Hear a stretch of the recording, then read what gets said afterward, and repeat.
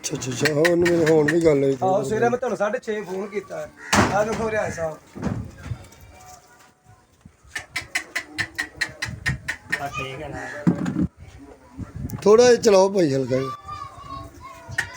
ਪਾਣੀ ਪੀਣ ਨੂੰ ਜੀ ਕਰਦਾ ਲੇਕਿਨ ਪਾਣੀ ਨਹੀਂ ਪੀਂਦਾ ਹੈਗਾ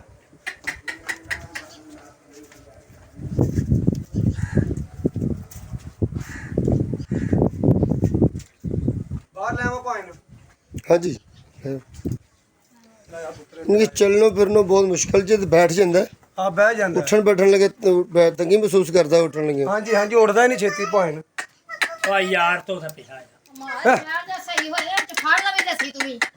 ਇੱਕ ਨਾ ਭਾਈ ਨੇ ਇੱਕ ਨਾ